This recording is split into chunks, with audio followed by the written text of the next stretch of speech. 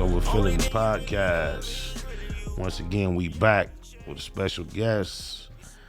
Special for multiple reasons. I don't even want to disrespect him by classifying him as up and coming, but as humble as I've grown and known him to be, I know it would not be offensive because while some would consider him up and coming, some would consider him well established. But Drinks with Jinx, man, the Los Angeles podcaster that's been putting it down. Welcome to the Factz Ova Feelinz podcast, homie. Thank you for having me, big dog. His name's not Drinks with Jinx. That's the name of the platform, the homie Jinx. West Side Los Angeles, South Central native, man. Give us a little bit of your background of where you came from. I told you, to me, you had such a up north Bay swag. I was surprised to realize you was really a homeboy. Right. My King five fingers for you. Neighborhood to the neighborhoods, yeah. Yeah, nigga, so, you know what I'm saying? Born and raised in L.A., you know what I'm saying? Around what areas? Actually was born off 53rd in Vermont. Were there any affiliations other than being a local kid, gang ties? Yeah, you had all that there. No, you personally. I never gang banged personally, but I got, homeboys that did. You know what I'm saying? Right. So, was there for some years. Salute. Congratulations on being in that environment, bro, and never succumbing to that pressure and still being an individual that maintain masculinity and all that. Right. We applaud or we seem to celebrate the people that did participate so much. We forget to salute those that made the right decision and didn't and still was in that environment and didn't get marked out and all that. So I want to applaud you for that. Thank you. I appreciate that, big dog. So actually, let me rewind. Actually, I was actually born in Downey and then removed out to South Central, 53rd Vermont. Then we came back to Downey, Long Beach, Hawthorne, Gardena, Bellflower, back to Downey, back to Long Beach, back to Downey, back to Long Beach. As an adolescent? Yeah. What was the reason? And as a young adult. But in your younger years, usually stability is something that parents attempt to establish for their children. I mean, motherfuckers was just going up on rent, you know what I'm saying? Having, new management, getting into it with people, So you weren't raised in a delinquent manner? Not really. Okay. Nah, for the most part, but my parents divorced when I was about 8 years old. So. Siblings? 2 sisters. Older, younger? Younger. Yep, I'm the oldest. Oh, so you had to manage that emotionally for the whole group. Exactly. Yeah, okay. Exactly. So how did that affect you at that age? The divorce with the parents, that's when I started having anger issues because number one, when you're at home with your mother and you're a child, that's not just your mother, that's mommy. You see what I'm saying? So when your mother starts to date somebody else and they're in the household, as a young boy, you're going to feel some type of fucking way about it, right? I'm like, man, I want my daddy. You know what I'm saying, homie? So if my dad wasn't there, nigga, this bitch ass nigga, whoever this nigga, he got to get the fuck on. You see what I'm saying? So them divorcing definitely made me feel some type of way, and I started kind of having issues, like anger issues. Was always an honorable student, A, B, student. You come across as such. You think so? Of course. Oh, thank you. I mean, anyone who spent any time listening to you, carry yourself, you seem well-versed, well-read, well-educated. Yeah. And that's why, I hate to say we have the stereotype, I assumed you were from the Bay versus South LA. Central. Right. So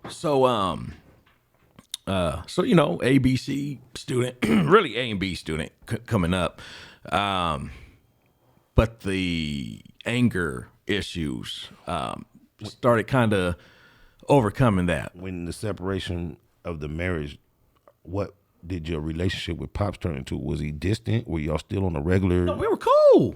And hell yeah, pick me up on the weekends. The anger was still, this is not natural. Another but I wanted my family whole. Together. Exactly. And when I became a man and started having children, that's something that was already in my soul and spirit that committed to that. I want to be a family man. Keep your motherfucking have you been family successful together. up to this point of keeping your situation intact the way you desired? With my wife and daughter? Yes. I mean, with my wife and son, yeah. But years ago, I met a woman, became, girlfriend at the time, had a beautiful daughter with her. Shout out to baby girl. We love you, baby. Oh, yeah. What's her name? Your daughter, please. My daughter name is Mia. Shout out Mia, yeah. Right. So, so that relationship didn't work, but I'm still in my daughter's life, of course. Great, beautiful relationship. That's my nigga. You know what I'm saying? Right. That's my road That's dog. a beautiful thing. Oh yeah. And then so then, of course, single for some years, whatever, met my beautiful wife, bam, had a beautiful son, got married. We actually got married, and then had our son a year later. Okay, salute. And we good. Yeah. What's your son name? Alan. Shout out to Alan too, yeah. man. We love you too, youngster. Oh yeah. Stay doing the right thing, man. Yeah. So me personally, big dog, I'm all about family and business. Straight up. That. You know what I'm saying? Good vibes, good energy, good aura around me. I can confirm at least that. Yeah. As I've come into your presence, you've done good business. We had good vibes, a good aura. Oh yeah. You keep your word. Mm-hmm. You don't show up late. And these are the things I bring to the table that I don't often find reciprocated in these industries. So when I come across it, I respect it, cherish it, and honor it. So I appreciate you having pride in presenting yourself with that type of presentation, bro, because it's rare. And we was talking earlier, we came to the conclusion that real is rare. Oh yeah. Tell me this. Before I was aware of your content personally, I was aware of the name. I didn't even really know. I told you this when we first popped up. I didn't really know why I knew the term Jinx with Jinx. But I knew you was a platform, didn't know why it was something that rung such a bell, couldn't put a face to it. What is it, and when did you start? What got you into wanting to be a podcast host, and when did you start doing this? So let me break down. Let me explain how I even came up with the whole slogan Drinks with Jinx. So it's a Saturday night. I'm out at the homie's house. We playing bongs. You know what I'm saying? Got the music cracking. We got the munchies. So nigga, we go to Tams, right? Anybody that fuck with Tams knows that you gotta go to the one in Paramount. Nah, everybody don't know that. Well, People they do now. argue you. What they do now? Because it used to be, the one favorite to us was on Century and Avalon. Oh, that one was cool. That one's cool. In the Rosecrans and Central one, people argue that. Yeah. And you got other ones too, I'm sure, but just to say Paramount, that's crazy. But go ahead. No, but the Paramount one is popping. well, just it's on Downey Avenue in the Laundress, just so everybody know that's the best Tams in the fucking world. Better than the one that made it to the Super Bowl. Yeah, nigga. All right.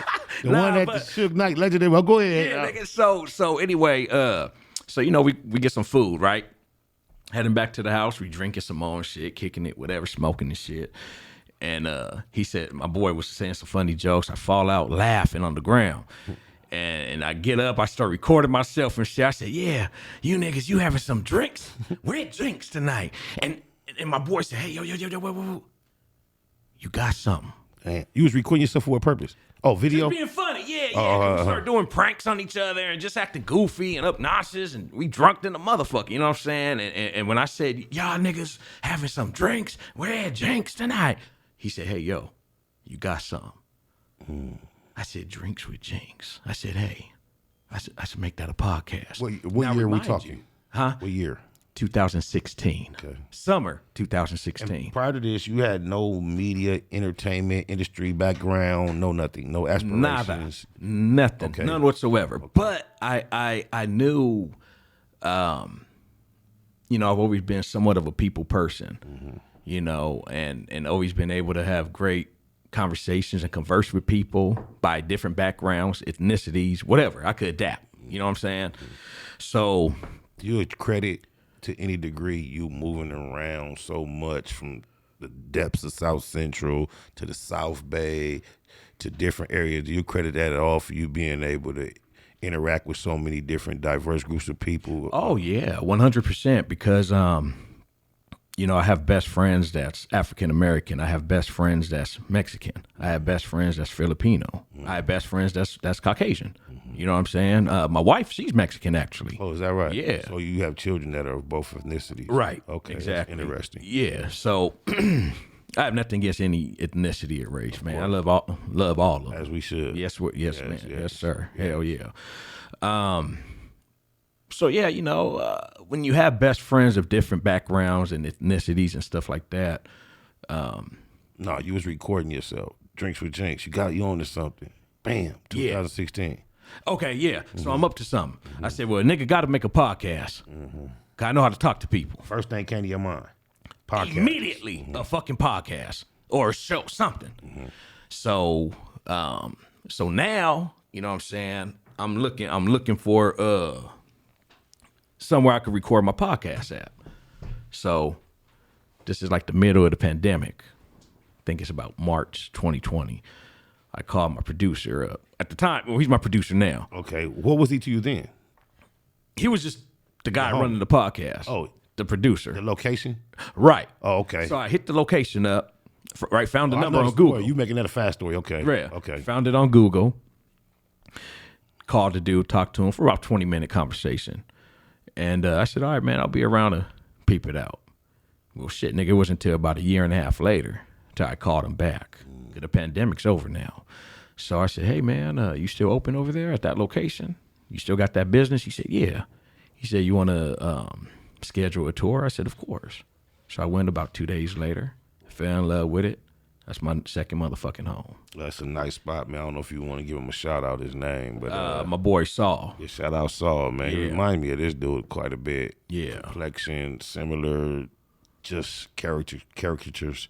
Characteristics. I've seen the two guys. Oh, yeah. So I've seen your lineup, man, and want to give you your props because I don't know if you realize it, but you've been responsible for introducing the internet to one of the biggest personalities we've kind of like been introduced to since Crip Mac. Although Crip Mac's been on your platform before Extras.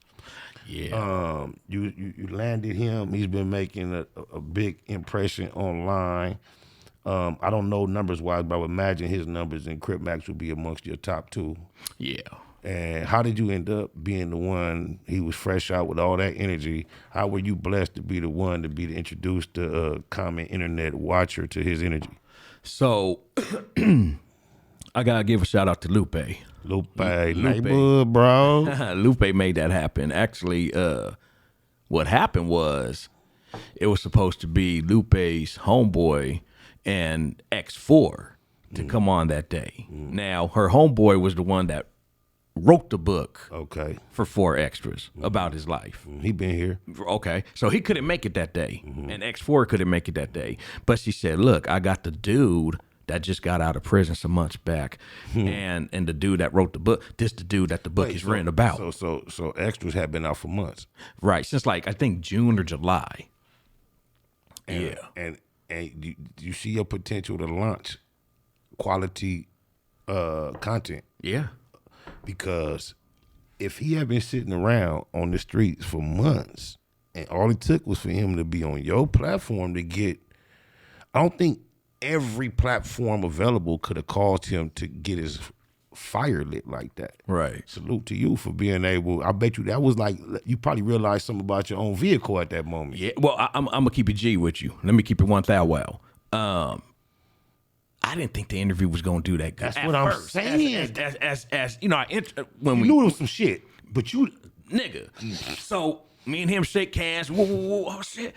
I was fucking with the nigga. Me and him, we fuck with each other. You know what I'm saying? He was feeling me. I was feeling this thing. I'm like, man, real nigga. Right. You know what I'm saying? Right. So, you know what I'm saying? Nigga, within about 35, 45 seconds of interviewing the nigga, I'm like, okay, number one, how long? This might 40.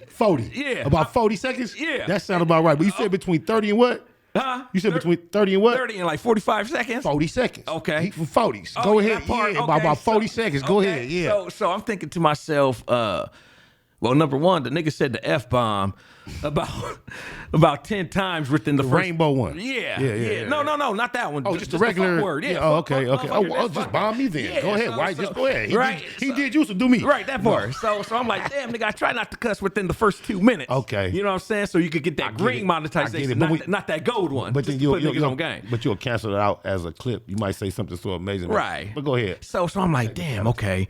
So I'm thinking, oh yeah, this interview might just get like 500 views, right? Bro, when it hit over 80,000. How long did it take you to get to 80,000? It's currently? Okay, so check this out. That's the whole video or a clip? The whole thing? The whole thing's at like 80. Right now it's at like 87,000. I'll say this respectfully. Yeah. For your channel, bro. Yeah. That is amazing. Because for any channel, but for channels like ours, I don't want to say yours. For channels like ours, and you just go look at the other shit. For the hour-long version of anything to get to 80? Yeah.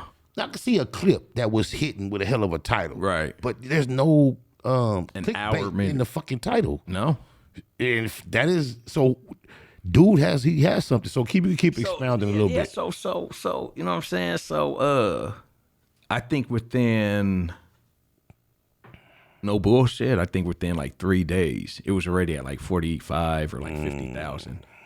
And I said, what the fuck? When you gonna bring him back?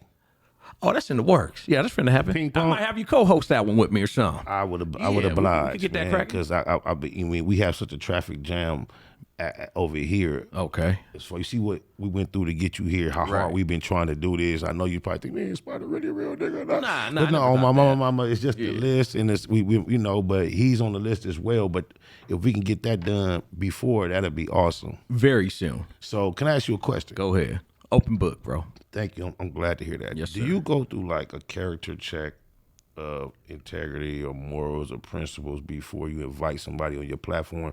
Because I heard you tell extras that only the real come on here. Y'all agreed that your platform is reserved for the real. I tend to like stick to certain criteria for my guests. Okay. When it comes to people who are not on the front of the camera in production, my producer here is one of the only people I found who has some type of integrity about who they are interested in collabing with. It's kind of hard to find. I was wondering, do you have any type of checklist of criteria, character, before you invite somebody on your platform, or is your shit to anybody viral? Because I've run across a lot of people that I even respect what they do, and you think they stand on certain principles. When it comes to this type of shit, they throw out the window, and they're really interested in collabing with anything with motion. So do you find yourself on that side of the game, or somebody that's not interested in actually collabing with anything other than what you consider the real one? Because I heard you and 4Extras agree that only real ones come on your platform. Right. Well, I think some people, might look at an individual and say, oh, he might be a fake person. But once you sit down and listen to the person's story and their background, then you start to have a change of heart, and your mind is changed now at times, right?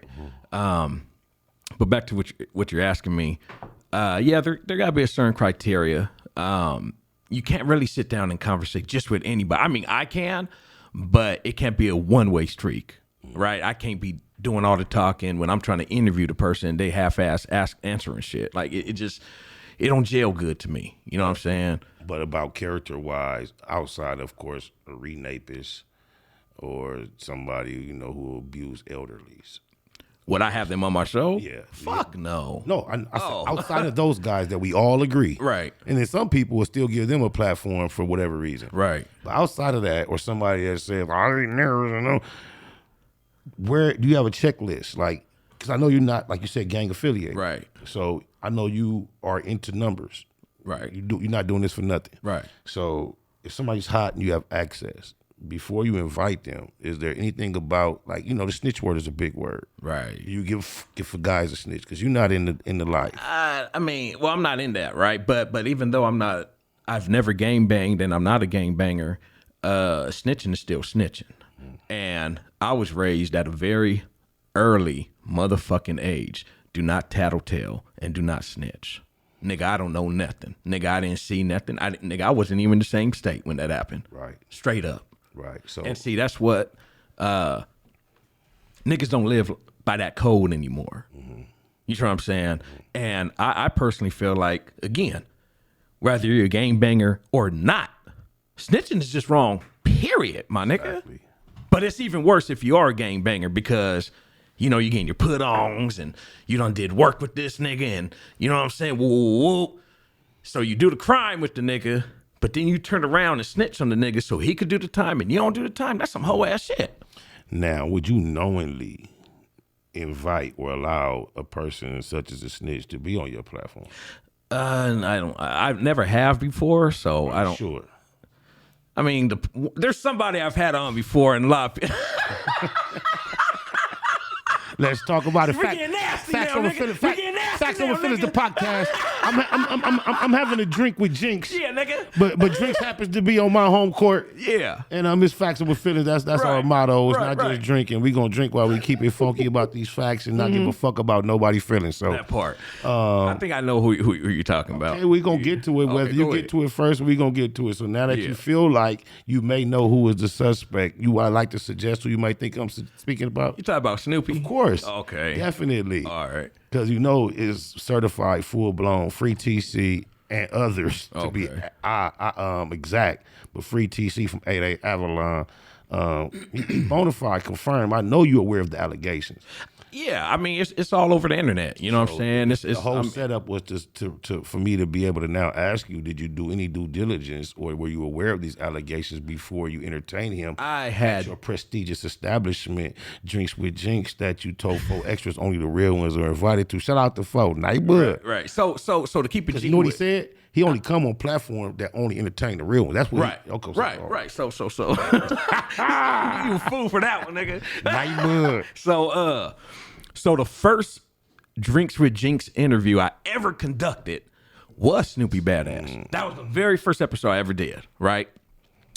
I knew some of his background, you know what I'm saying? Shit like that with the hood shit, the music shit, Compton, you know what I'm saying? All that. Okay, cool.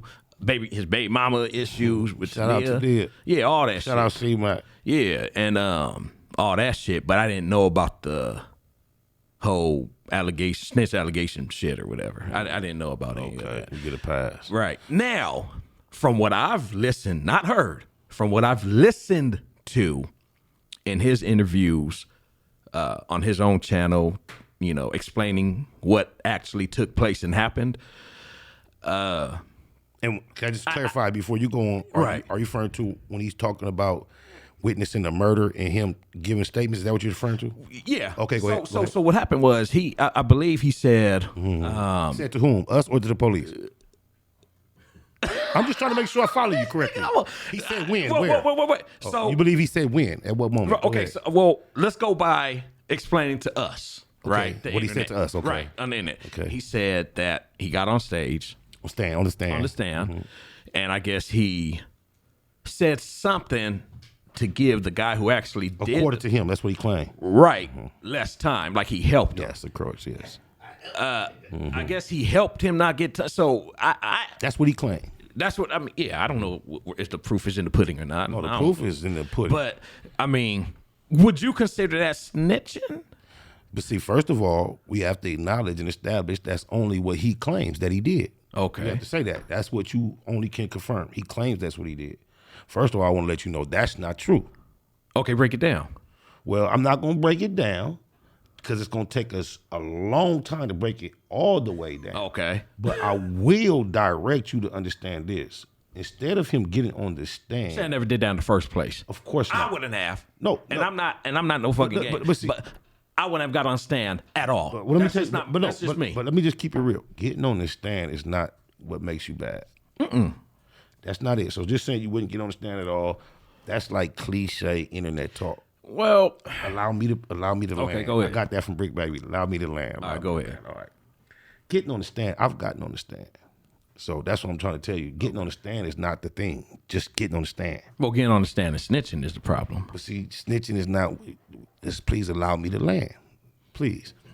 Getting on the stand on behalf of the prosecution is, first of all, the biggest red flag you could ever have for somebody getting on the stand. It's when it starts getting bad. Now, I'm going to be so, I'm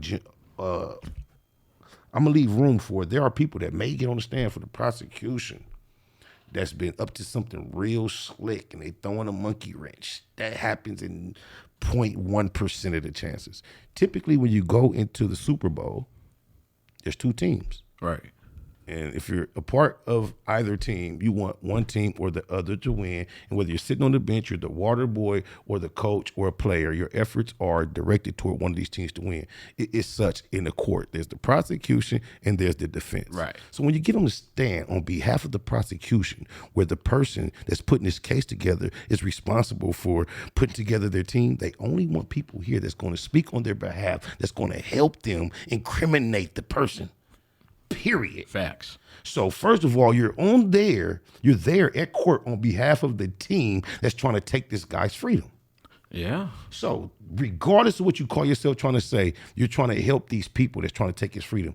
But he thinks that, and they are to a large degree, our audience on this internet is so ignorant to these elements that you can spin them quick. A lot of people spin them for this, that, and the other. And he spins, I got up there to help him. But what he didn't realize, what I've been very slow to reveal to the public, the person he told on is a childhood friend of mine. And because we've been in desire of him signing an affidavit, I've been very slow to release that information because once we came adversaries online in his mind, because I'm not his adversary, but in his mind, I figured he would be less eager or willing to deliver the affidavit. So I never let on to the world that I grew up with the person he told on. But it's a childhood friend he told on mine from 8A Avalon. So now that his case has gotten to a position where it's favorable with or without the affidavit, I don't mind speaking toward the fact that this is my childhood friend. So I'm letting you know, I know for a fact, he got on the stand and pointed out, he was asked questions to this effect, and I have the paperwork here that you'll see before we leave. Mm-hmm. He was asked, do you see the person that whoop-de-wop-de-wop-de-wop-de-whoop-de-whoop? He said yes. Not only did he name him, he pointed him out in the court from the stand. Oh, wow. Yeah. This is who you had on your platform. Yeah, well, I didn't know that. I mean, now you know. I didn't know. Oh, my mama. Now, let me ask you this. Because you said you're not his adversary, right? No, he in his mind, we've become adversaries, so he creates this. Okay. Would you be willing to do a sit-down interview with him? Never. I don't sit down with nobody that got on the stand. Once you sit on the stand for the prosecution, you forfeit your opportunity to sit down with me. When I participated on sitting on the stand, it was on the behalf of the defense. Oh, okay. Okay. My homie Lil Milk was looking at 32 to life. Damn. A murder I knew he didn't commit. And the same detective that tried to get me and him to tell on the niggas that committed the murder, once we signed paper refusing to cooperate, I watched the same detectives who knew who did it flip the whole shit and put the murder on my homie. Wow. He had to take it 12 in the box. And I had to get on the stand to defend him from the motherfucking detectives that tried to take his life. On right, my now, mama. There's not, now, let me That's get why I'm technical. saying you can't just say getting on the stand. Sound cliche. Let me clear that up. Nothing's wrong with getting on the stand. Oh, now you say. No, but I'm saying, you know what I'm gonna do to you? You know what I'm gonna do to you? I'm gonna make a clip to make that seem like you just contradict yourself. Just for the fun of it. Asshole. But nah. But nah. What I'm thinking off top, I would never get on stand and snitch. That's where my mind's at. I'm not talking about technically getting up on the stand because it could be to help your homeboy out, you know what I'm saying, or whatever the fucking case may be, or hey, I wasn't there, or whatever the fuck. What I'm saying is, when you ask me, hey nigga, would you ever get on the stand, or how you feel about that, I'm thinking in my mind, I would never get on the stand and snitch. Of course. That's what I was talking. Let me just clear that shit up. You know what I'm saying? Yeah, nigga. But that's just like the people say that they make it. Oh, you don't talk to the police. So then that just eliminates the whole concept of an alibi. Right. Nobody has ever given an alibi. Right. And there's something inherently wrong with giving an alibi. But that's when you let these cliches start shaping the reality of the life we've actually lived. Right. So tell me this: with that being established and understood, would he be qualified for a re-invite? Because this is what I realized. Cam Capone, okay, No Jumper, and Big Court. Oh yeah, shout out to Big Court. That's Court. the homie. Shout out to Big Court. Yeah, that's the homie. Shout out to Cam Capone. Shout out to Adam 22. That's the homie too. Yep, Adam cool. All too. three of these are my colleagues and people Right. that I network with and work with in these industries, and I respect what each of them do on a certain level for different reasons. Right. But I realized when I asked you about the integrity when it comes to a checklist, these are three platforms that don't go through that type of checklist. So such as Vlad as well. That's why I realized, although they might not view my producer on that level, he's in that pocket of a producer, this type of content that actually goes through a checklist of some. He first of all, before he went indoors with his content, his platform was all about outdoors. Right. He would go meet you, and whether you know it or not, you couldn't get on his platform unless his initial interview could be conducted in the neighborhood that you say you claim. If I got to meet you somewhere where you live now, Riverside or around the corner, we can't do it. If I can't come right there where you say you from, you couldn't get on this platform. So that's just a small iota of the checklist he go through before he even would entertain some of your guests. One of the people that he's had a real negative interaction for that I avoided having such with. All my homies on the internet has had derogatory exchanges with this dude, and I've avoided it, spoke highly of him, congratulated him. And then recently he spoke on me derogatorily, but I saw him on your platform. Who are you talking about? Milk. Okay. 7-4. Okay. So I want to know what it is about him when I heard you tell 4 extras only the real is accepted around here. Why do you feel like he qualifies? Milk is a real cool dude, bro. I think he's been misunderstood. You know To what degree do you feel like he's been misunderstood? Just full circle. Full circle is too vague. Because if that means I could have, because I look at him as, for the most part, I looked at him as somebody that came up amongst us, raised with the wolves. Right. And he was really from over there, changed his life up. So right. Am I misunderstanding him? I mean, you got some people that do. No, I'm telling you what I thought about him. That's cool. So I'm asking you that's cool. But how has he been misunderstood? Because that has been my perception of him for the longest. I think a lot of people, he's been misunderstood, you know what I'm saying, in certain ways by maybe people saying, oh, he's not from where he was from. So you're verifying he is from over there. That's a similar area you're from. Well, moved to as a kid for like 3 years. So you're not verifying. Who? You, that he was really from over there. Can I verify it? Yes. I mean, he showed me some things where he could verify it. So you're saying part of his being misunderstood is you can verify it. When you hear people say he's not really from over there, you're saying he's misunderstood because you know for a fact he really is. I'm not going to say I know for a fact. So that's not one of the ways you can confirm he's being misunderstood then. Okay, I guess not. All right, so let me know how he's misunderstood. Let's get to something you can confirm. I think just well, actually, no, that is one of them. So you can't confirm he's from over there. I'm not going to confirm. I'm not going to say that. Wait a minute. I'm not going to say that. Wait a minute. If you can't confirm that you personally believe and know for a fact he's from over there, how can you then declare people misunderstand him from saying he's not from over there? Because you don't even know.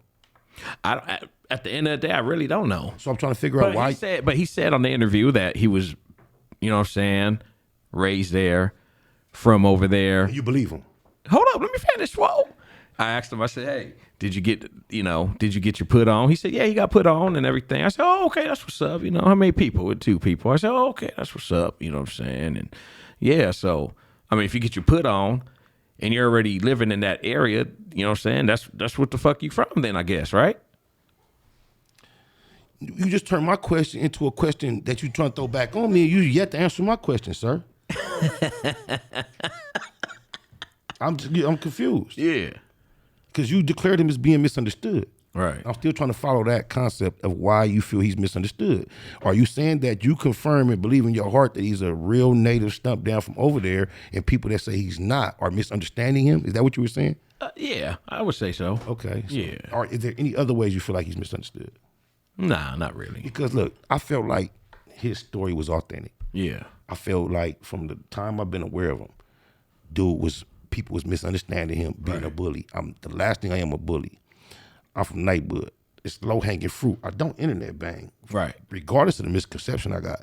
So no matter who he was into it with, that's considered my homie, from Nina Boy to ODM Slim to C-Mac to everybody. Right. I never participated. I always chose to speak positive on him. But for some reason, we've even communicated in the DMs amicably, very slightly, but never no disrespect. But for some reason, recently, I went on No Jumper, which he has done, and he came out his body to open his mouth and describe me as Spider Joke. Oh, shit. Because of such. And it blows my mind what would make him do such a thing. You know him better than me. What would you think would cause him to say something such such deserving of a queerdo to say, to qualify me as a joke, to do something that I've seen him do before me. I have no idea. What the? Yeah, you got to ask him. Damn, Milk, what's happening with you, cuz? Ask him. I don't be saying nothing about all this shit they be saying about you, homie. You should have just left that alone. I didn't even know he said that about you. Yeah, homies. A lot of people didn't. He said it quite some time ago, and I didn't react, didn't respond. Cause I'm like, damn, what?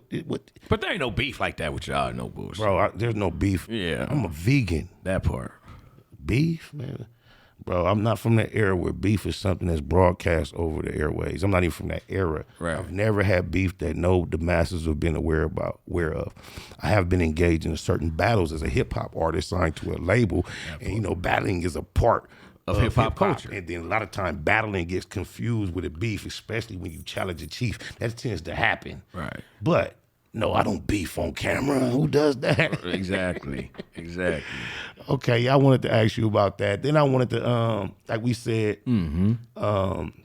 C-Mac 4 Extras have to be amongst your two largest appearances. Yeah. Initially, I see C-Mac's been there a couple times.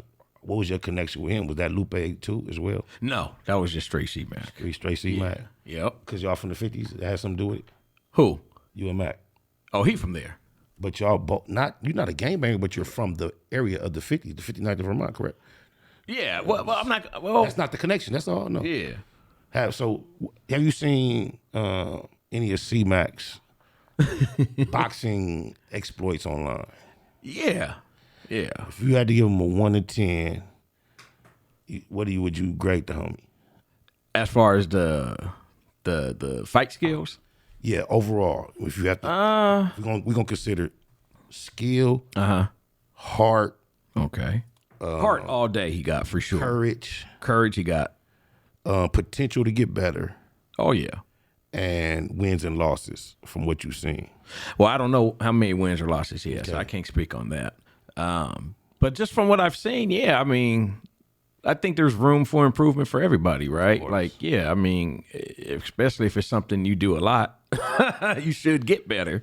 So yeah. So what do you think about the whole idea of this celebrity boxing that's going on? Is something you support? You think it's bullshit? I support that shit 100%. Celebrity boxing, hell yeah. Why am I asking you about boxing so much, man? Because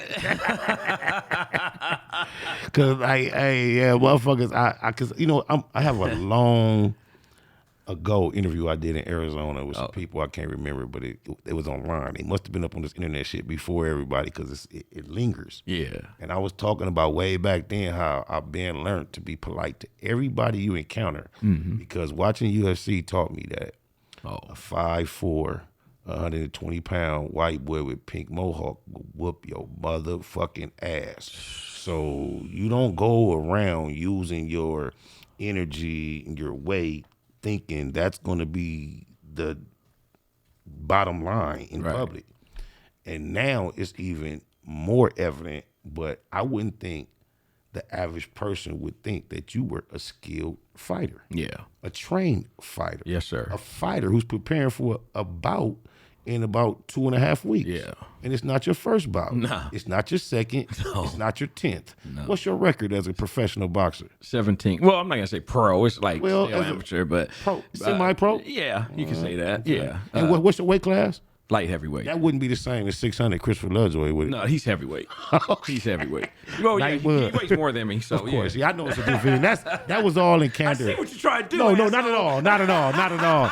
But no, I was just trying to set up. I'm fucking with you. Yeah, I was just trying to set up because I admire people who have an obvious skill that, most people brag about or not even a skill. Just a true. Can we get this man a paper towel? No, I'm good.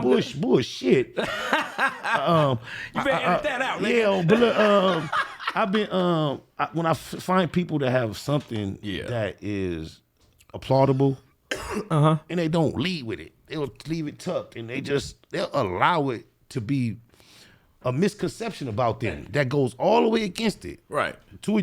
Something I applaud him for. Others too. He has elements of that, but something I admire. So when I just have a casual conversation after knowing you, I've had multiple conversations with you that we probably had about 10, 12 talk hours off and on camera of all kind of candid things, and you've never thought Was you trying to size me up and think waiting for me to try you, cuz? nigga. Explain, like, how did you get into boxing, and what is your actual history or experience in the actual sport of boxing? It's just I've always been intrigued by, well, number one, martial arts. Number one. I remember, and I'm going to answer your question. Let me just kind of do a little rewind. So, back in 92, 93, the Power Rangers come out. Right? The Power, remember that? Inspiration. Go ahead. Childhood inspiration. Come on now, right? But hold on. Not what I expected. Right, but hold on. Yeah. I could just picture you in front of the TV at first. You can fuck me I'm up. Go doing ahead. Green Ranger, Do you know your what I'm shit. saying? Yeah. Doing my, you know what I'm saying? So at my time, Power Rangers was a shit. I'm watching Power Rangers, Blood Sport with Van Damme. You know what I'm saying? Yeah, American Kickboxer. You know what I'm saying? Bruce Lee, all that shit. Now, when it came to the Power Rangers, you know what I'm saying? I told my parents, I was like, look, I want to be that. I want to do that. They said, well, shit, you got to go to school. I said, what? I got to go to school to do that? They're like, yeah, well, how you going to learn how to do that? How you going to learn you know what I'm saying, the art? Right. So I said, okay. So I go, I get in U.S. Taekwondo. This is before 8 years old. No, I actually got in at 9.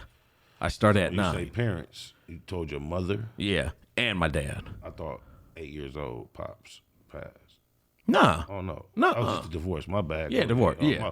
God, Yeah. but Pops did a lot. Of course. Damn, my bad, Pops. I had a berry Pops. My bad. Go ahead. Come on, yeah. Go ahead. So still had to get the confirmation from him. The okay. Right. You know what I'm saying? Separate homes and shit, but Right. still, I've lived it. you know what I'm saying? So he was like, okay, yeah. So did that for about like 8 years. And but I was Martial always arts? U.S. Taekwondo.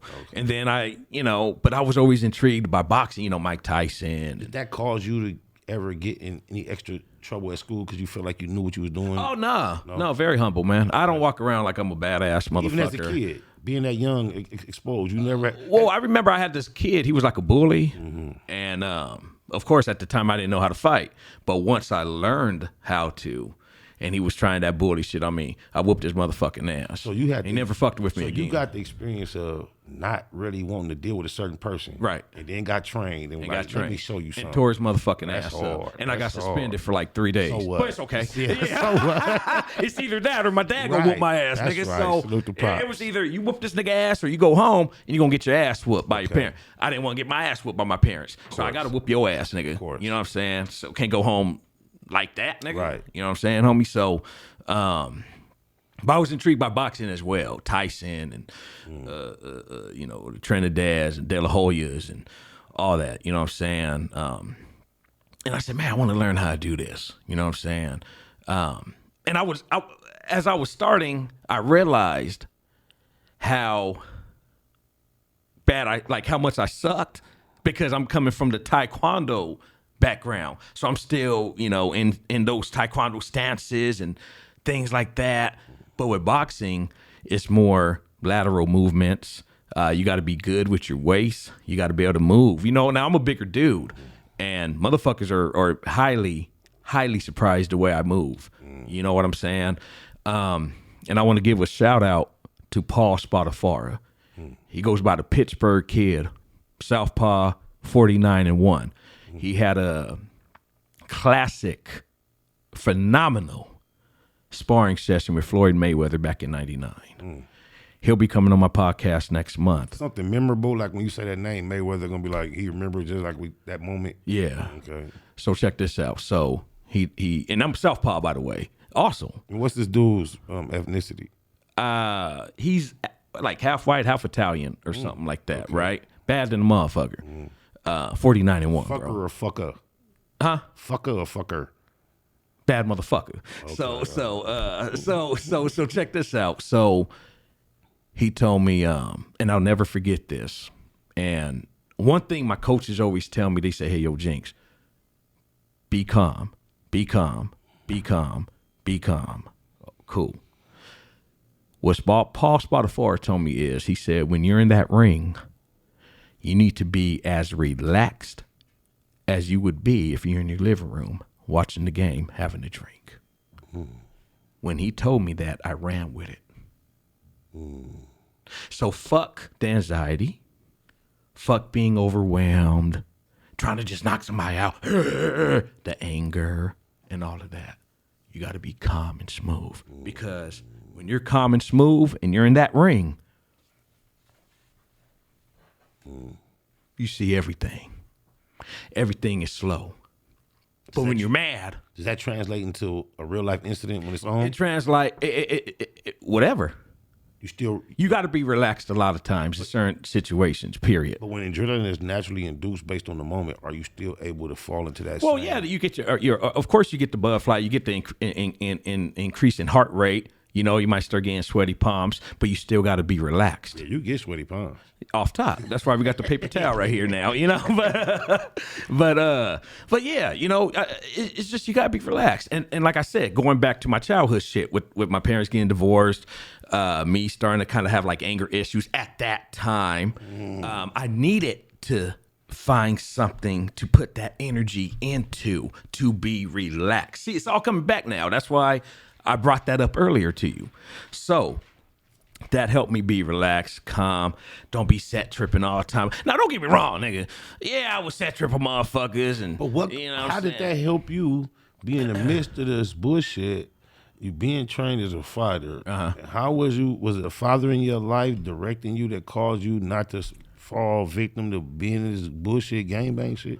Well, my dad didn't want that for me. You see what I'm saying? So before making a choice or something like that, I could just hear him in my ear. You know what I'm saying? So, and I'm not saying I'm better than anybody. I'm not saying I'm better than you, because you gang bang. And these are decisions that you made. But, right. Yeah, and I'm just interested. But I just felt like I didn't need to do that. You know what I'm saying? Not just because my parents was like, no, nigga, you do that, we're going to fuck you up, whoop your ass. No, nigga. I just felt like I didn't need to do that. I wanted to just be different, bro, and do my own thing. You know what I'm saying? No, don't get me wrong. I got friends.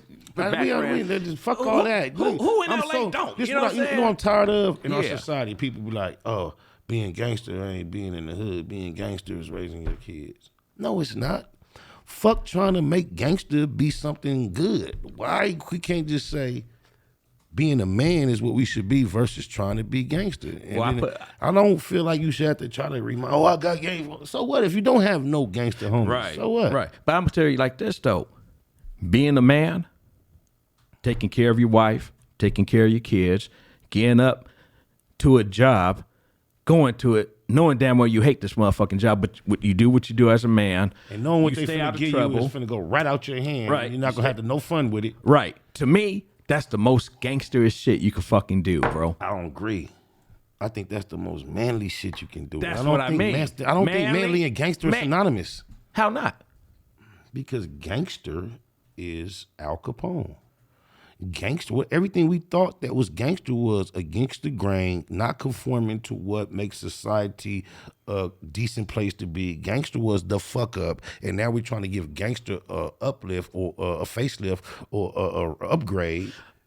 Well, what about being gangster, turning your life around? What about turning your life around by leaving the gangster behind? That's manly. Thank you. But that's gangster too, though. Not at all. Shit. Not at all, because gangster, the way I was raised, we got separate opinions. Of course, no. Yeah. And that's cool. But your opinion is of the popular. No. The reason why this came up is because I brought it up, and it's common to see the meme that dictates, let's start teaching our sons that keeping it gangster is not going to jail, but going to college. Let's teach our sons that keeping it gangster is not fighting, but financing. That's not keeping it gangster. Let's teach our kids that keeping it gangster is stupid, and teaching our kids that those positive things are keeping it manly. Right. Fuck trying to make gangster better than what we accepted. Because when I grew the gangster, even from NWA, right. Gangster, that's what we yelling. That was not taking your kids to school. No, it wasn't. That was not paying your bills on time. I was selling dope on the street corner and all that. Right. Not giving a fuck about the police. Right. Yeah. Right. So I hate that we try to give a facelift to gangster rather than stop glorifying gangster and start trying to find what's the next thing to promote. And this is from fathering men are you just a girl dad or are you also a boy dad? I was a son and a daughter. Your son is what age?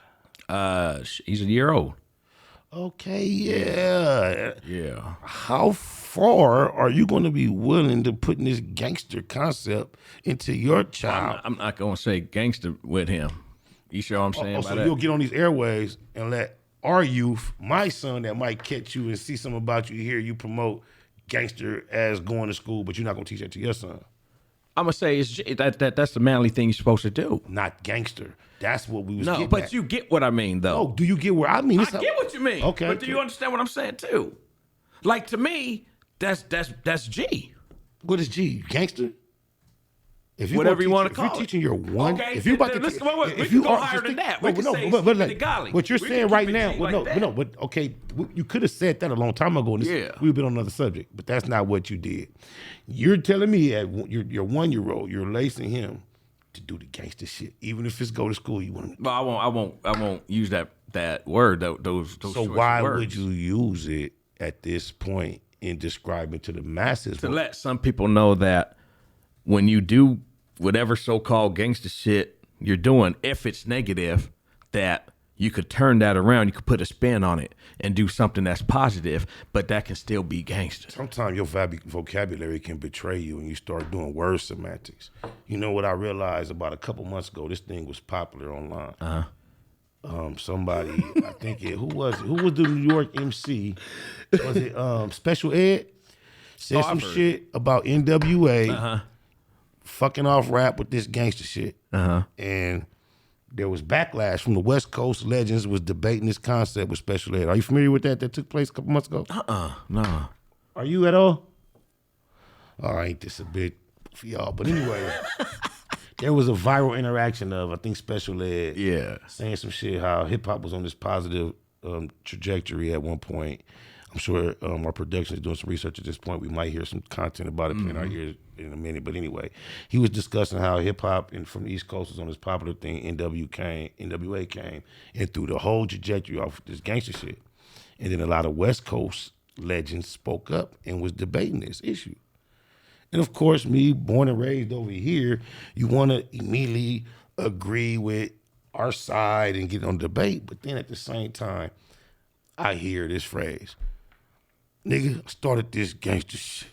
And it's the motherfucking thanks I get. Hello. And I'm trying, hello. I'm wondering how can we argue against being blamed, but for so long we've been begging for the credit.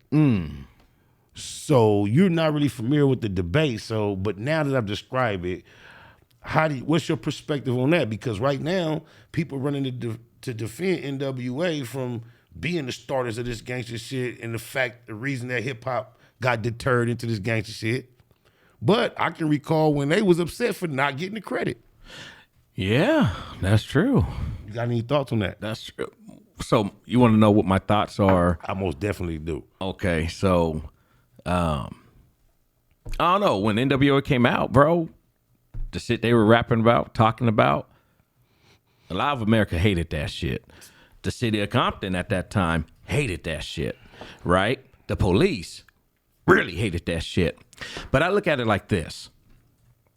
How can you be mad at a group of teens that's making a rap song and talking about some real life shit that was actually occurring that they experienced? The ones that was against it was the ones that just wasn't coming outside. They were squares, or they lived on a certain part of that city and they were naive to the simple fact knowing what was going on. You see what I'm saying? So if you knew, nigga, you knew. And all they were doing was speaking the truth. See, a lot of people are naive. A lot of people do be knowing shit that be happening, but they don't talk about the shit. They don't want to get involved in that. But the shit that they were rapping about, talking about the police harassment, the rapes, the killings, stereotypes, presidency, all this shit was going on, bro. So were they wrong to explain and rap and talk about what they were seeing, what they experienced that was happening in their own city? Hell motherfucking nah, they weren't wrong. Hey, you remember Ice Cube's song? Because Ice Cube was my favorite rapper growing up, right? That's right. He had all that political shit, like describing what you talking about, right? Yeah. But I hate to admit, Ice Cube had a song about knocking on a nigga door.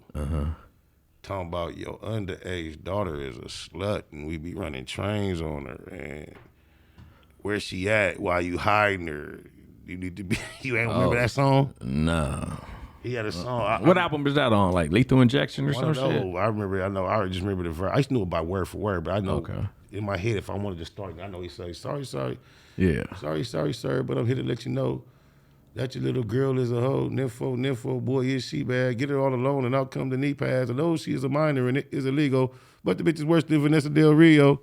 And if you decide to call rape, we got the little hooker on tape. Now, tell the fucking slut to please hurry up and wear that dress that's tight on her butt so I can finger fuck on my way to the bed. Been in so many rooms, got a dot on her forehead, face turning red from grabbing them ankles. Fucking get up, it's how I do them stankos. You should hear how she sound with a cock in her. Boots getting out. From here to Czechoslovakia, one on the top, two on the bottom. First nigga got the boots, man, you should have shot him because after I got him, it was over. Now niggas get fucked lucky like a 4-leaf clover on daddy little girl. Keep nuts in her mouth like the bitch was a squirrel. So tell Cheryl to bring her ass on because the line in my house is getting long. Just think about that. He told me that as an adolescent. Giving up the nappy dugout. Man. Oh, my mama. Mama, grandmama, nigga. What? How you tell a nigga? You tell a nigga about his daughter. I know she is a minor and it is illegal, but the bitch is worse than Vanessa Del Rio. Yeah, that's cold. And if you decide to call rape, we got the little hooker on. You forgiving, Q. I don't know how we went through that age. That's some shit. Wow. That's some shit. I didn't mean to do you like that. What? God damn, O'Shea. Hey, you know what some of Cube's hardest verses too I like, bro, is the shit on well, it's not technically his album, it's the group's album, but the first West Side Connection Bow Down album. Spit the hardest verse, Cube, that you referring to. I spit the hardest Cube verse ever. Shit, I don't know. I like that Westwood hoe. I give you mine. Which one? Go ahead. Like Waco, I could take foe, ATF. To they death. I'm going to tell you the hard. All right, go ahead. I'm going to go last. I'm going to tell you the hardest shit Cube ever said. I mean, I can't even think off top right now. let me tell you the the world is a motherfucking ghetto, full of magazines, full clips, and heavy metal when the smoke settle. I'm just looking for a cool letter with 6-inch stilettos or some shit. Dr. Dre, hello. In my opinion, the hardest shit Q ever said, that nigga said, I was told because I didn't witness the whole act. In and out was the movement of the Bozak. It was hot and sweaty with lots of pushing. Then the nut came gushing.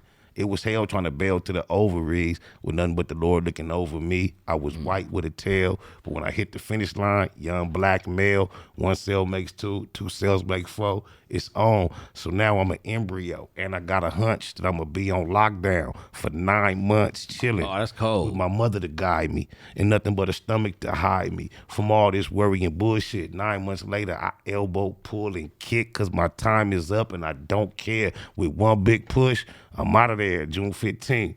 Just my luck. 1969. A nigga is the product. That shit right there fucked me up. That's cold. That's some cold shit. That's some cold shit. Oh, my mama. Hell yeah. Damn. If I had to ask you, I meant to get to this earlier. We fell go off ahead. because I wasn't trying to shit on Cuz because I'm really confused as what would cause him to be derogatory when my name came up. But I want to give him his props in the fact that off camera, you said that Milk was hands down your most interesting conversation you had. Yeah. To Yeah. this day. What about his conversation that caused that to be true? Say that again? What is it about his conversation that caused that to be true? Just a vibe, bro, and he's actually well spoken as well, bro. Actually, you know, just to pick a Caucasian out of all of your other interviewers and then give him points for being more well spoken is like kind of like self-hate, anti-black. Like, nah, no, it's not at all. How? you and I speak better than 90.9.7% of our constituents. Right. Obviously. Yeah. All of our constituents in our environment are not Caucasian. Typically, Caucasians speak. Usually, when people speak like us, they say we speak white. So, for giving him points for speaking white, like what? That's not what I meant. I'm saying he could hold a good conversation. All right. Call it a good conversation. Okay. Well spoken, good I'm conversation. gonna have That's to what watch I the mean. interview. Yeah, it's good. Well, I ain't uploaded it yet. What type of things did you guys discuss that like, and what was his perspective that impressed you? Because I'm trying my hardest to maintain the respect that I had established for him. Right. Because I told you how he just disrespected me recently. Okay. Without warrant. Yeah. I did something that I saw him do before I did it, and he was disrespectful towards me as a result. And you have a personal experience with him that you seem to appreciate. Right. And you also appreciate your experience with 4 Extras. So I figured there would be some dynamic between the two of them that would be similar or cohesive. Okay. I see the real nigga that the average person perceives the 4 Extras. You kind of see it also in Milk. I'm just trying to figure out how, when he did that weenie ass weird shit in regards to my name.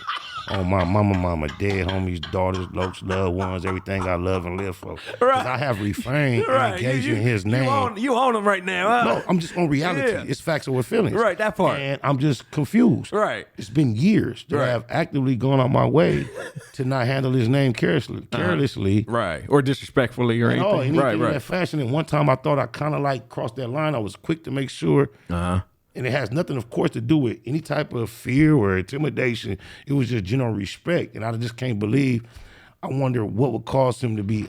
I can only suspicious some type of jealousy. Why would he would speak on my name like that? I have no. I Because didn't even know about far that. more smut allegations online associated with him that I could try to tag into for him to try to find a reason to speak down on me. We just want to try to find reasons that people speak down on one another. There are tons of reasons why his names come up that I don't chime in on, for him to try to just jump on the first thing he could think. You think that jealousy may be a part that I don't know what it is. Because I don't know. once again, he spoke bad on me because I did an interview at No Jumper. Oh, shit. Something he's done long before me with the same individual. Okay. Well, I know him and Adam don't get along. I know that for a fact. Irregardless, Right. what does that Have to do with you? Right, the that character part. of the person being interviewed. Right. And does it now call everybody into character question that entertains the interview with Adam? Everybody? Because why just me? I have no idea. You got to ask that man. I wasn't asking. He's your friend. He's your constituent. Your colleague. So I was just wondering. I'm not going to ask him. I'm asking you for his benefit. You know he's going to react. He'll respond. Oh, yeah, he's going to respond. So I'm asking him by asking you. What made him say that? Something that he knows. Well, I didn't know that until today. Yeah, it's something you know you would not choose to say to me. If What we would were make an engaged. individual? You told me to ask him. This is something you know, and that's your camera if you want to talk to Okay. me. This is mine. This is something you know as a man, face to face. You would not utter to me, in person. So why would you utilize a camera in distance and a lack of access to one another to say something disrespectful when I've gone out my way to not be disrespectful towards you, my white peer in these YouTube streets? I don't get it, cuz. I just don't get it, Milk. You didn't have to do that. And I'm gonna give you a pass. I'm not gonna let this start doing whatever it could be. Not finna start getting at you, but you was wrong, homie. I ain't never been a joke, nigga. I am the Loc. Damn. On my mama, dead homies, daughters, all that. When you got a name like Drinks with Jinx, Yeah, man. do you have a preference when it comes to drinks? Oh, yeah. Hennessy with pineapple juice with a splash of cranberry. Or do you have a preference for real? Yeah. So is it cognac your favorite Hennessy, or do you just? I mean, is Hennessy your favorite cognac? It is actually. It is. It is. Yeah. So even the pure white is. Oh, pure. I've never had white. It's smooth. So, It's better than this one, bro. Oh yeah. but what about? I like Tito's vodka. I like bourbon Y. I like Bullet whiskey. Old fashions. Yeah. Martinis are cool once in a while. But nigga like his beers though. You drink beers? I don't drink. Yeah, not beer. too much though. But I do though once in a while. Yeah. I know you drink alcohol for the effect. Beer, I understand. A lot of people drink for quenching thirst, for taste. Right. So do you drink beer to actually get the buzz? Or is Oh no, there's certain beers I like. That have great taste. They use good hops, the way they process the beer and What is everything. the hop? The hops is what they use to make the beer. It's an ingredient. It's one of the main ingredients in beer. So you have. Is Is it an acronym? HOP? The hops? Yeah. Do you know what it stands for? And I don't, but it's ingredients like a wheat. Okay, go ahead. Right? Yep. So a lot of wheat beers have those. You know what I'm saying? Now you got different beers. You know, you got pale ales, you got lagers, you have Indian pale ales, which go by IPAs, which I don't fuck with. I can't stand them nasty motherfuckers. You say pale ales, you want ALE ales. ALE, right? Okay, right, exactly. So you got different ones now. And what is what is the difference? What's the fuck? I would say the process, bro, and like the ingredients they use, right? Like if you go out to Germany, like the way they do their beers are fucking different than the U.S. If you go out to Belgium, right, like those beers are totally different. Holland, right, Heineken, right, totally different than a Budweiser, right? Tastes totally different. Night and day. When you go grab them, when you go grab one of Heineken, Budweiser here, they taste night and day different. Easily, 100%. Because they're totally different. Wow. Different ingredients, the way you age the hops. It's just like wine, right? Mm-hmm. You could get 2 red wines right now, but they're not going to taste the same because depending on the grapevine, depending on how long you let the grapes age for, you see what I'm saying? The process, the condition, and the weather conditions, and the soil. That shit's important too. So this is all the technical shit. Okay. You know what I'm saying? But wine is good to the motherfucker though, too. So are you more of a beer or a wine enthusiast? Oh, wine off top more. Yeah, I don't really drink beer like that, man, because, for carbs. If I do it, to be honest, it's like more light beers. Okay. Low carb beers, you know what I'm saying? Because that shit get you bloated, bro. Indeed. Have you burping all night and shit. This is why I've never been able to get accustomed to drinking beer because you get so full so fast before you get the effect. Right, that part. Like alcohol, you can kind of sneak it into you without getting bloated. Right. And get... So it just was always a no-brainer because I don't drink your shit on the rocks too. So but that was because I'm here working these lights. Without that ice, I would have been sweating by now. Oh, that's why I was so sensitive to you being because it's usually me, and I got the hoodie on. Right. I remember you came on to my podcast. We both was on hot. Yeah, nigga. we was. Hell yeah, hell yeah, nigga. What? Because those lights were a lot closer too. Right. That part burning the nigga, man. And the months, it was like outside, it was a lot hotter that day. Oh yeah, 100%. Oh God, 100%. Hell yeah. Anything media-wise in the store for you outside of podcasting? Do you have any other projects in store, film, documentary-wise, or is it just podcasting for right now? I would like to get in film. Film? Yeah, I would like to actually produce some films and actually be in some films also. Okay. Yeah, I think that would be cool. That's what's up. For sure. Music, I'm working on a new album. You know what I'm saying? Is that right? Oh, yeah. Yeah. When is it scheduled to come out? I should have it out by like April, bro. Yeah, by April. Any features we should be looking forward to on there? So far, there's no features, but I'll have them done, recorded, sent back to me by then, 100%. And the name of the album, You recording it over there with Saul? Nah, my other studio. Oh, okay. The album's called GFM. What does that stand for? That's the acronym. Grown Folk Music. Okay, bring that back. Yeah, nigga. We need everything that. Smooth, man. Like some G-Funk, Larry June, DJ Quick type shit, nigga. Okay. Everything, every song is smooth than a motherfucker like that. What type of subject matter? What you gonna be talking about? Different shit. I got one for the drinks. You know what I'm saying? Of course. You know what I'm saying? I got the shit for the ladies on there. You know what I'm saying? The shit, I got one called Right In My 5.0. Okay. So it's all for the Mustang driving niggas out here. Certified MC. Huh? You a certified MC.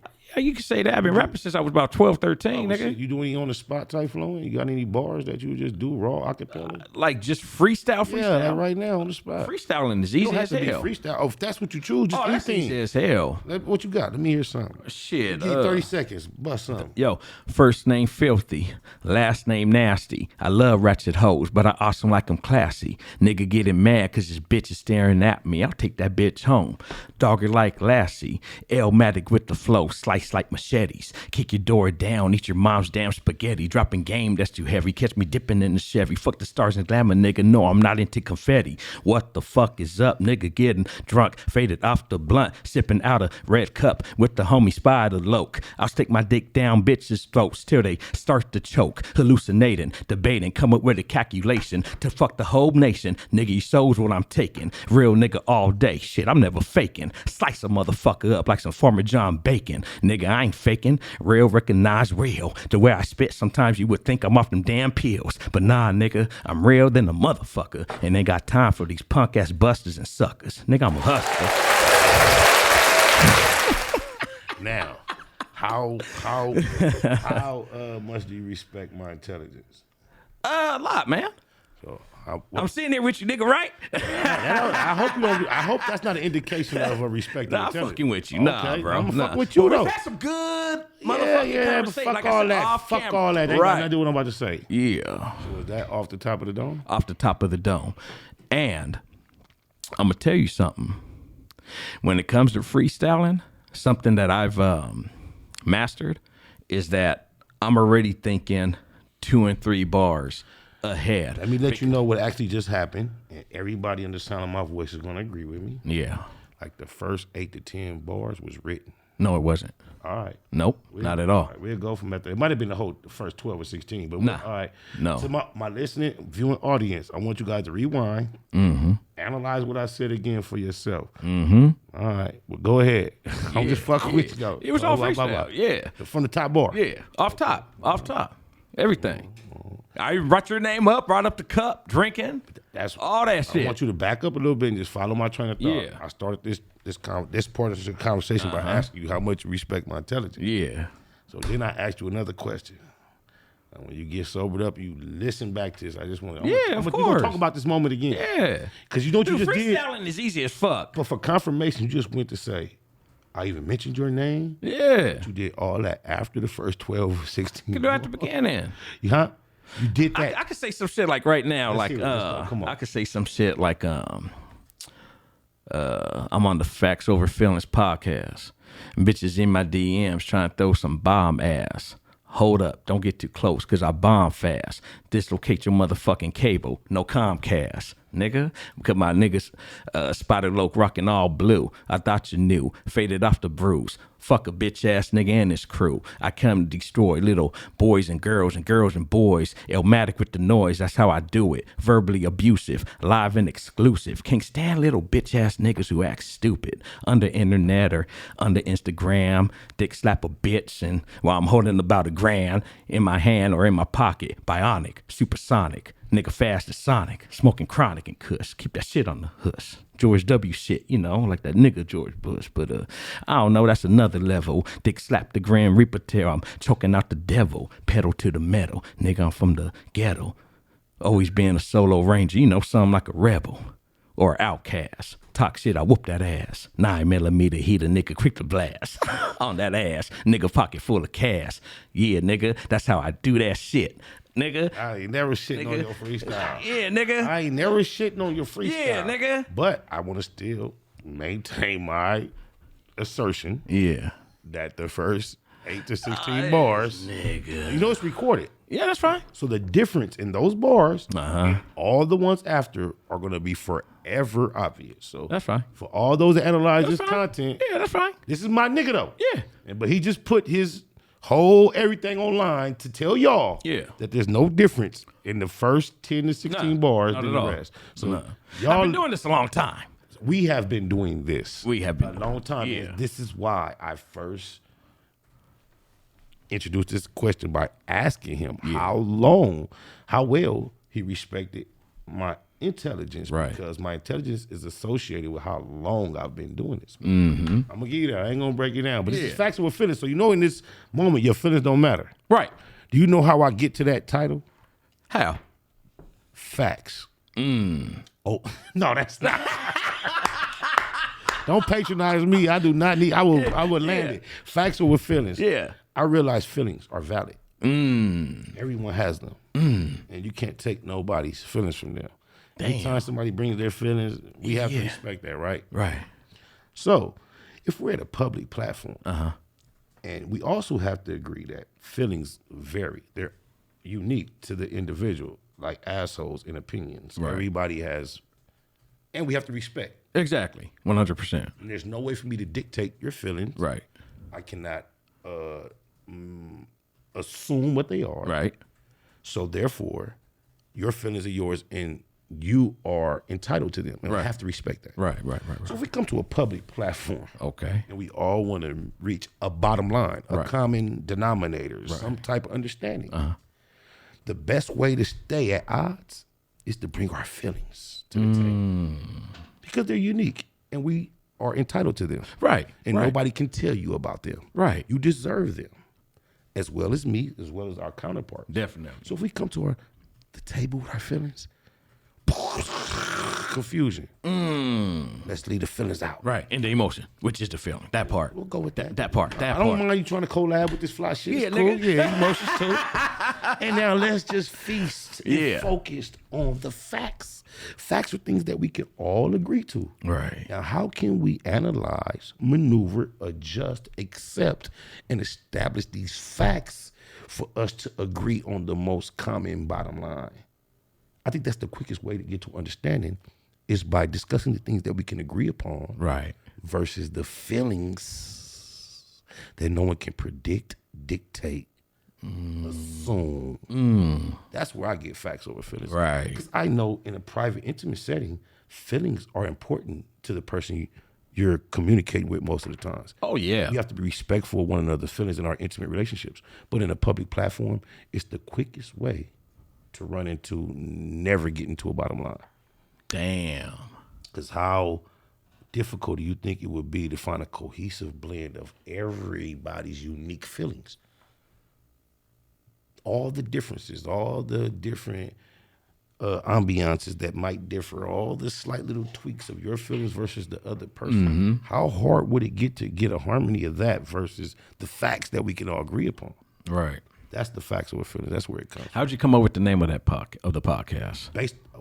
I know you did not just ask me that. You know I'm fucking with you, right? I hope so. You just explained it. I hope so. I'm fucking with you. I hope so. I hope so. Because that was a very clever I know. fucking- I'm fucking with you, bro. That was a good one. I know. That was because you know what? I said it with a straight face, No, too. but you know what? The reality is there's a lot of people that still. That was a good one. Yeah.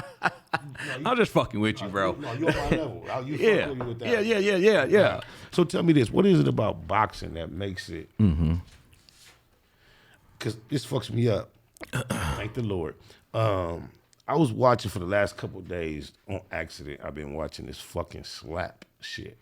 Power slap. Power slap. Yeah, with Dana White. Yeah. Yes. Yeah. You could tell he's involved because they really got. I know the rules now. I know what clubbing is. Right. I know what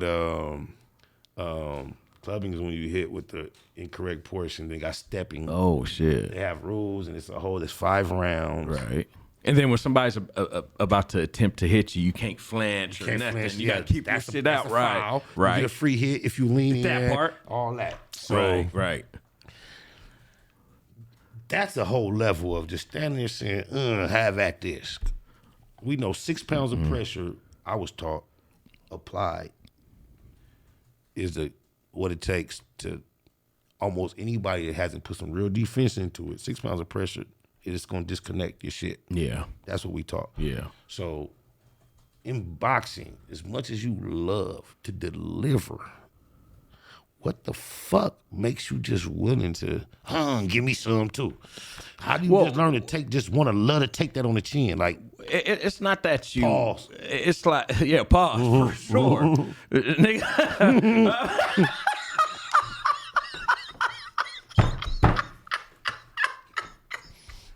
my bad. Nigga. Yeah. You know, well, the whole thing. Because the term is, you got to bring something to get something. Yeah. Well, yeah. Well, I'm. This is what I'm gonna say. For me, when I'm in there, is to hit and not get hit. For me personally, okay. But you still have to understand that there's a 99.9% chance you're gonna fucking get tapped. So there's times, I'll get tapped and shit, like hit, you know what I mean? And I'm just like, yeah, motherfucker, okay. Like, oh, you got me. Okay, nice. But look how many times it took, or, you know what I'm saying? Or whatever. There's times, man, when I'm sparring with guys that's semi-pros. And they're about maybe like 170, maybe 50 or something like that. You know, smaller builds than me, but pretty quick. And they can't catch me for shit. And it gets to the point where their coaches got to get on top of the apron of the ring and yell at them and scream at them like, yo, what the fuck are you doing? Hit this motherfucker. He's right there. You know, I have a bigger frame and shit. But they get frustrated because it's very hard to catch me. Do you have a local gym that you fuck around at? Yeah, I go to a gym. I go to 213-562 perimeter. It's here in LA County. All right. You know what I'm saying? Yeah. Would you be interested in being a part of?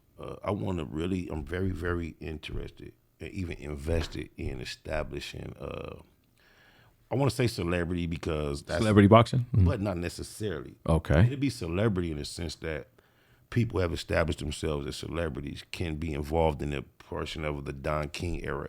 I imagine myself having a whole kennel of a heavyweight, lightweight, Right. Bosco have a heavyweight, lightweight, middleweight, Milk 7-4, heavyweight, lightweight, middleweight, and that's the celebrity. But the actual boxers can be any of our homies that want to get in there for the sport, and I want to create a league based around that. And I had no idea you had such a boxing interest, so that's something we're gonna talk about. I want to go further, but as I noticed, it's about that time. So it's something I want to build on you. I didn't know we were going to get into that, but just keep that on your mind. We'll talk about it off camera. Okay. But I'm already in the process. I got 2 bouts. Oh, I got Cartoon, 5 Trey, Okay. 600. Yeah, they're supposed to be fighting, right? That's my card. Oh, I have on the shit. undercard, I got Park Bow. Not Park Bow, my loc from Track New. What's my nigga Project Boat from the Pueblos? Okay. Is scheduled to box my cousin, my homie, Brownie Loc from EC. So those are the 2. So we're really looking for a location. So I don't know where your gym is, what might be the facilitation. We're not even trying to have a public audience. Oh, okay, just We kind of just low wanna key. film. Yeah. Okay, for like So, good content and shit like Yes, and that. we'll do it media wise. So somebody gonna tap in with Okay. man. I appreciate you coming through. Of course. Of course. I look forward to getting back over there. Oh yeah, for sure. And before you get up out of here, let these people know that's your camera, where they can find you, keep up with you, let Yeah, them know man. what you got coming next. So you can find me on YouTube, Drinks with Jinx. That's the podcast, Drinks with Jinx podcast. You can find me on Instagram at young_Jinx. Same thing, Twitter, Young Jinx, TikTok, Young Jinx. And yeah, man, pretty much. Are you gonna ever graduate your name? Or are you gonna be forever young? I mean, a lot of people just call me Jinx now, so Much love, yeah, man. well, you know, ain't that I'm young, nigga. I'm Young still Jinx. young, but you know, Jinx, not only is he Jinx, but he is Jinx with the drinks. that part. He listen to his name because upon invitation to his platform, he requests to know your favorite drink.